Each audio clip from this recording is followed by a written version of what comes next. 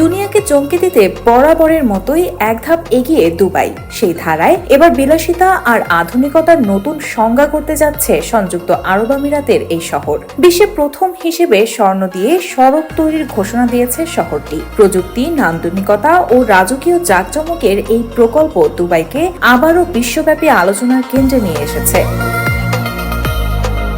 মঙ্গলবার real estate developer প্রতিষ্ঠান Ezra Dubai আনুষ্ঠানিকভাবে গোল্ড ডিস্ট্রিক্ট চালুর সময় এই ঘোষণা দেয়। দুবাই গোল্ড ডিস্ট্রিক্ট পরিচিত হবে হোম অব গোল্ড হিসেবে। সেখানে স্বর্ণ ও গহনা সংশ্লিষ্ট সব কার্যক্রম এক জায়গায় নিয়ে আসা হবে। এর মধ্যে খুচরা ও পাইকারি বাণিজ্য, বিনিয়োগ, সুগন্ধি, প্রসাধনী এবং লাইফস্টাইলও অন্তর্ভুক্ত থাকবে বলে জানিয়েছে খালিজ টাইমস।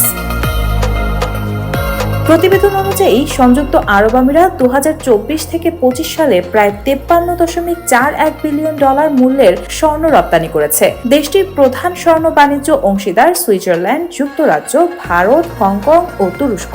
গোল্ড ডিস্ট্রিক্টে এর মধ্যেই সুগন্ধি, প্রসাধনী, জীবনধারা এবং গহনার খাতে 1000-এর বেশি খুচরা বিক্রেতা রয়েছে। Jawhara jewellery, Malabar gold and diamonds, Al Romaizan এবং তানিস্ক জুয়েলারির মতো বড় ব্র্যান্ড সেখানে এরই মধ্যে গেড়েছে। তাছাড়া জুয়েলারি প্রতিষ্ঠান জুয়ালুকাস মধ্যপ্রাচ্যে তাদের সবচেয়ে বড় 24,000 বর্গফুটের একটি শোরুম চালুর পরিকল্পনা জানিয়েছে।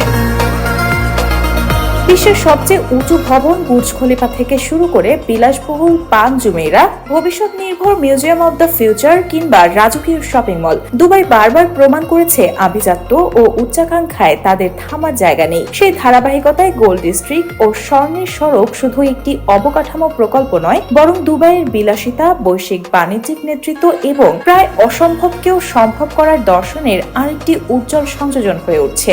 রায়হানা হক মুন, RTNN।